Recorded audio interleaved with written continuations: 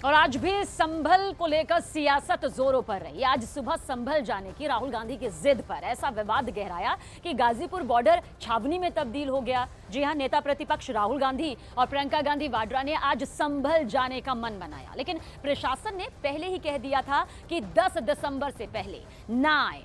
लेकिन फिर भी राहुल गांधी और प्रियंका अपने फैसले पर अड़े रहे और संभल की तरफ काफिले के साथ रुख कर लिया। और फिर दिखा सड़क पर 2 घंटे का सियासी ड्रामा।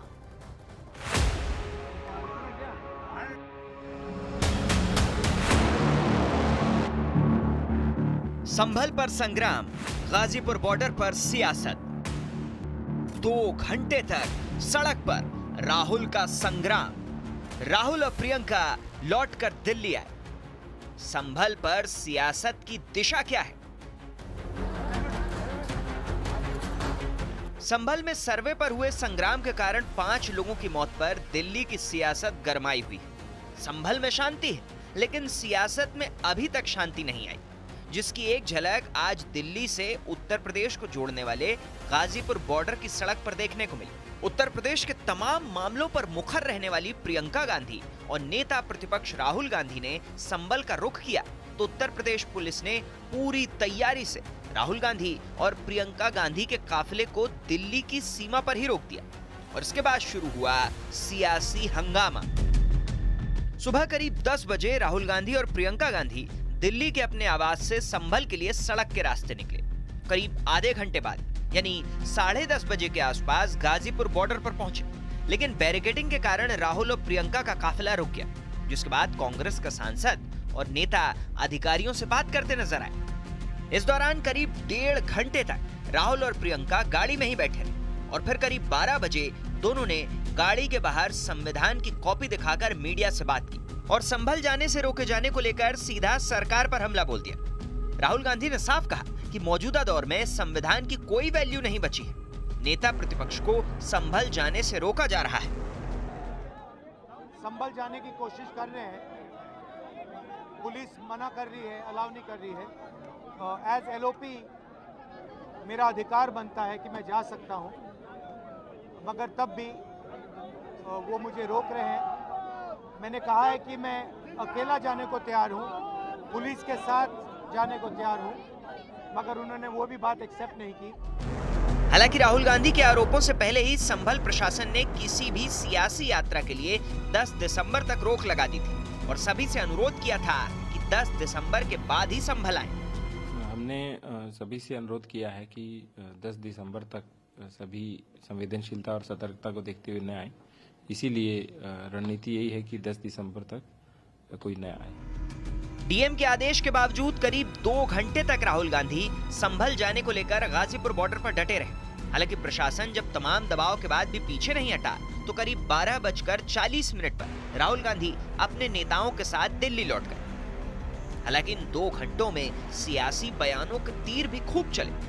बीजेपी इसे इंडिया ब्लॉक के मुस्लिम वोट का खेल बता रही थी, तो समाजवादी पार्टी और कांग्रेस संभल में प्रशासन पर कुछ छुपाने की कोशिश का आरोप लगाती दिखी। एलओपी होकर के अगर कानून की धज्जियां उड़ाते हैं, वहां की सरकार ने 10 तारीख तक मना की है। पॉलिटिकल टूरिज्म के लिए जा रहे हैं, मीडिया में छाए रहने के लिए जा रहे हैं, सरकार को गाली देने के लिए जा रहे हैं। एलओपी होकर के कानून की धज्जियां उड़ाएं, 10 तारीख तक मनाहट है, फिर भी जा रहे हैं, ये दुर्भाग्यपूर्ण है। यार ये सिर्फ जब हम जाते हैं माहौल ये हो सकता है, वो हो सकता है।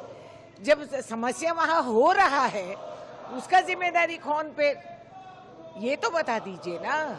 ये हम जाने से कुछ हो जाएगा, ये तो अफवाहें, ये तो डराने की बात है लोगों को कि इसीलिए हमें रोक रहे हैं। समस्या पैदा हुई वहाँ, कैसे, क्यों, क्या इसका जवाब हम सवाल नहीं कर सकते, जाके खुद नहीं देख सकते हैं? देखिए, संवेदनशीलता क्या है हमारी समझ में नहीं आ पा रहा कि जब वहाँ पर शांति है और हम लोग जो है, हमारे चाहे समाजवादी पार्टी हो या विपक्ष हो, वहाँ जाना चाहता है, लोगों के दुखों में शरीक होना चाहता है और उसके साथ साथ हम उन लोगों की जो मदद करना चाहते हैं और देखना चाहते हैं किस प्रकार घटना को अंजाम दिया गया है, तो इस चीज़ की जानकारी करने के लिए रोकने का क्या मतलब है? सियासी बयानों और राहुल गांधी की वापसी के बाद बीजेपी ने प्रेस कॉन्फ्रेंस कर राहुल गांधी पर निशाना साधा। बीजेपी ने राम गोपाल यादव के बयान पर तंज करते हुए राहुल की यात्रा को पॉलिटिकल स्टंट बता दिया और कहा कि समाजवादी पार्टी और कांग्रेस मुस्लिम वोट बैंक के लिए छटपटाहट दिखा रही है। राहुल गांधी जी उस विवशता में एक रस्म अदायगी करने के लिए उत्तर प्रदेश के संवेदनशील इस समय जो क्षेत्र है वहां संभल में जाने का प्रयास करते नजर आए। यहां मैं कहना चाहूंगा कि समाजवादी पार्टी के वरिष्ठ नेता प्रोफेसर राम गोपाल यादव जी ने यह कहा है कि कांग्रेस औपचारिकता निभा रही है। मैं उनके बयान में को थोड़ा अलग रूप में कहना चाहूंगा कि कांग्रेस औपचारिकता नहीं विवशता निभा रही है। कुल मिलाकर संभल पर सियासत में कांग्रेस और समाजवादी पार्टी में से कोई भी पीछे नहीं दिखना चाहता। संसद में संभल मुद्दे पर समाजवादी पार्टी मुखर है तो कांग्रेस सड़क पर संभल के मुद्दे पर बीजेपी को घेरने के मूड में है। हालांकि 2 घंटे के सियासी हंगामे के बाद अभी सड़क पर संघर्ष में थोड़ा विराम लगता दिख रहा है, लेकिन संभल पर सियासत की आंच अभी कम होने की उम्मीद बेहद कम है।